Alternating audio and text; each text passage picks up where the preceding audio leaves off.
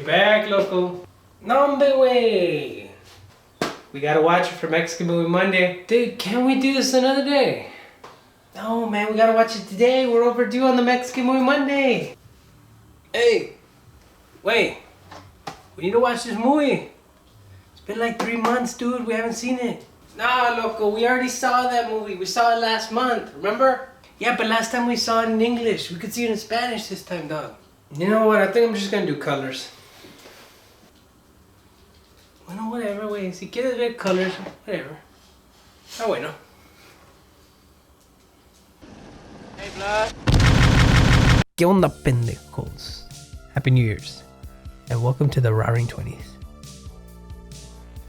Let's talk about a movie about the police. Colors. Colors is a movie about two pigs. Hey, fuck you. Or, if you don't like that word, just two police officers. I'm a guardian of masculinity, man. Robert Duvall and Sean Penn. Gracias to Danny Boras too for the recommendation. This movie is about Pac-Man. Do you know what PAC stands for? Program and Control. He's Program and Control Man. Fighting off the Crips and Bloods. But you know the thing about ghosts in Pac-Man is that they keep coming back. And they come back faster and faster. And even once Pac-Man eats them, they keep being replaced by new ghosts. This movie was directed by Dennis Hopper, so I may know him as Frank from Blue Velvet. If you haven't seen that movie, stop this review and go watch it. I suggest watching it alone since it is a bit weird and obscene in certain parts. Heineken? Fuck that shit! Pabst Blue Ribbon! This movie also has Damon Wayans and Don Cheadle, better known as War Machine. But if we're gonna be real honest, Black Iron Man. Get out. I've seen this movie about 10 times already, and it's mad during certain parts and then other parts are really awesome. So it kind of averages out at the end. The movie begins with a quick synopsis of the crash unit. Quickly we're introduced to Hodges, played by Robert Duvall. Then Sean Penn comes into the shot and overexerts his dominance. Then thinking he's funny, he makes a joke to the captain and gets placed with Hodges. Tampax, sir. Hodges. Don Cheadle is probably the best actor in the movie. Shut the fuck up. Major Payne is fucking good too. Calm down. Calm down. The greatest thing I loved from this movie was the transition of how fast shit hits the fan. Literally a blood gang member gets shot and in a second we get the mother crying. Gang warfare ain't pretty and it doesn't wait for you to grow up. That's one of those things about this movie. It expands on police brutality and criminal theories. Specifically the two main theories, which is deontology and utilitarianism. Utilitarianism is a theory that promotes the maximum happiness for the most individuals. And deontology indicates that the morality of the action should be based on whether something is right or wrong. Tú eres una basura. Yo? Hodges closely coincides with utilitarianism, If you try to fight every jerk on the street, you'll be one sad, sorry son of a bitch at the end of every day. and McGavin closely coincides with deontology. I didn't volunteer for Crash to play games and be nice to these assholes. Seeing the two police officers, rookie cop and veteran cop, is not a new notion. The question of experience versus effort. Even some of the lines best exemplify this, and they come from the characters themselves. When Hodges says, Let's go. She has to live here. and McGavin, in another part bases the notion of repeat offenders as a sort of lost cause. They get him for rock, then they get him for something else, and when he does something serious, it's not a first fucking offense. I think once someone gains experience with something, they often think they can infiltrate it from the inside. Interestingly, the problem with the deontological aspect is that you must be of higher authority and morality by some design.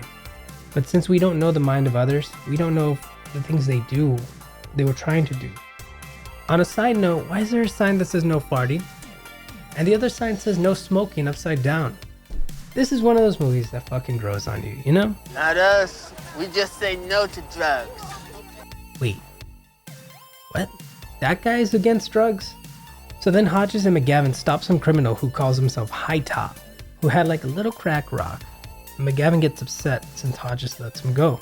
The interesting thing about it is like, a little crack rock that small is the equivalent of a whole lot of cocaine. So when the war on drugs came, oftentimes those with the small amounts of crack would get charged the same amount as someone with a whole lot of cocaine. Besides the point. They stopped by Loch Ness Burgers to go stare at Conchita. Police officers used to always stop me in Laredo, mainly because I look suspicious. No big deal. I was just walking home right after my shift at HEB, and as I was walking home, I was stopped by some police officers. And they asked me where I was going. I just said I was going to my apartment. They asked for my name, my ID, all sorts of things. I didn't think much of it. But then I was also stopped on the way going to school. And at the time, my dad didn't have a car, so we were just all walking to school. My school happened to be about 2 miles away. I woke up late, around 8:30, so I was walking to school. A police officer pulled me over and he said, "What are you doing? Why aren't you in school?" And I said, "Well, I'm currently walking there. I still have like a mile and a half to go." I asked if he could give me a ride, and he just looked around and he said, "I'm busy." So yeah, this movie kind of reminds me of that. I had friends that looked like they shit their pants when they saw the cops, kind of like this kid, you know? Some kid throws a rock at Hodges' car and they chase him down to go see where the gang hangs. And I guess you could call that dancing? Yo, why does it say Bowser on the wall? McGavin then frisks Frog and keeps telling him to move his legs apart. Spread your fucking legs, huh? But he's short, loco. Damn, we can't separate our legs that far, especially with waters that high. Then once we get to the funeral for the blood, Robert Craig, we get this scene. What makes this day so special? Yo, the way the preacher starts talking about this stuff, I thought he was gonna pull out like a Uzi or a Glock to catch them Crips. I have now declared war upon this place. Yeah. Bullet too long. Now it is time. Now it is time. Like an AK behind the pulpit, fucko. So Hodges talks to Rat Tail Dude to tell the diverse gang to quit the gang life. But then this philosopher comes out with these lines. Go tell your fairy tales to somebody else. Damn, loco, eat something. So since McGavin crashes Hodges' car, trying to catch some Lokos, they get a yellow car, and McGavin graduates to Pac-Man. Pac-Man. Pac-Man. Come on, Pac-Man. Pac-Man. Fuck you, Pac-Man. What Pac-Man on me for? Which I done put masking tape on his ears. And then the cops go storm some guy's house who got cocaine from another guy who sells it to some other guys. And this pobrecito, just watching TV eating tamales. Cálmate, güey. He's gordito. Yo, Polo! Yo, Polo! Yo, Polo! What's my Tío Polo doing in this movie? I don't care. I am not with you. I am with them, Danny. I'm a homegirl. I assume they realized they were missing some lines, so they just had her come into the studio for those voiceovers. The escalation of McGavin eventually leads Hodges to want to work with a different partner. I don't blame him. But since the movie feels disconnected, I'm not sure when or how long has passed since each scene, and we are quickly running after High Top by this time. I'm temporally confused.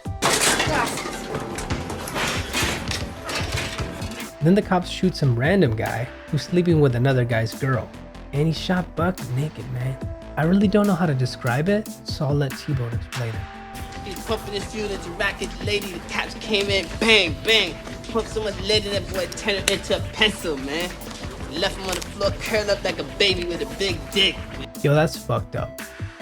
You know, I wonder what the captain is gonna say to that trigger-happy cop. You killed a man, mister. So T-Bone pretty much yells into jail about how Pac-Man killed Killaby, and Frog overhears and tells Hodges. Hodges then snitches the information to another cop, and somehow somebody else tells Rocket that Frog is the leak. Feel confused? Yeah. It didn't make much sense to me either, since there was tons of other people in the area. And T-Bone, that motherfucker wasn't quiet, you know? So the Crips then shoot up the 21st Street gang party. And the Crips miss the fuck out of the whole gang, but shoot a little kid next door. What the hell, guys? So the 21st crew decides to shoot up the Crips, but before they do that, Felipe has to join the gang. You know, throughout the whole film, I wondered why Frog's name was Frog, and then I noticed this. I realized I do this. Some Nate squatting, sitting shit all the time. Maybe we didn't have enough chairs growing up, so we just got used to making our own imaginary chair. Finally, the groups have a shootout, and by this time you may be sleepy or bored, and I don't blame you. It feels like the film gets distracted trying to do too many things. And I'm sure you can guess the ending. Hodges dies, then repeat the line from before. The older one says to the younger one. No, the younger one. You know what would be better? If McGavin died. Fuck that guy, man. That was not cool. That was not cool. Right now I got born in East LA sitting on my desk. So I need to discuss this beauty. So I'm Mexican Chewy. And hasta mañana, pendejos.